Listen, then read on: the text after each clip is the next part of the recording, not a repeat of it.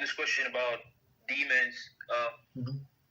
Since we know that Hashem is the only one that can create things out of nothingness, but then there's the statement that when we do a bad deed, we create a demon. So do we actually create the demon, or we sort of release it from some chamber or whatever, something like that? I was wondering. No, demons is the result of our actions. You understand? So in a sense, are they there? I mean, it's a good question. So are they exist? It's like a nature, like it's a reaction to our action.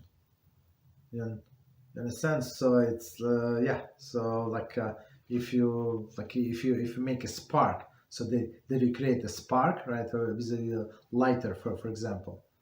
The spark was not there. Did you create it, or you did not create it?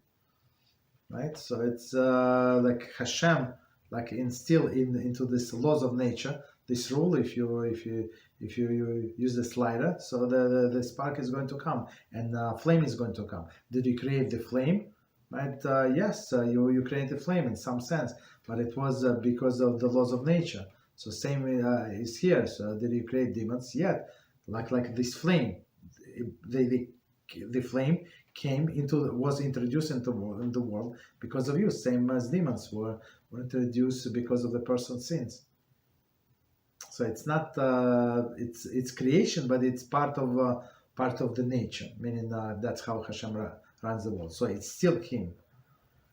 Nature is Hashem. It's Teva, it's gematria of Hashem. Yeah, go ahead. What else? Thank you very much, Rabbi. You're welcome. Awesome.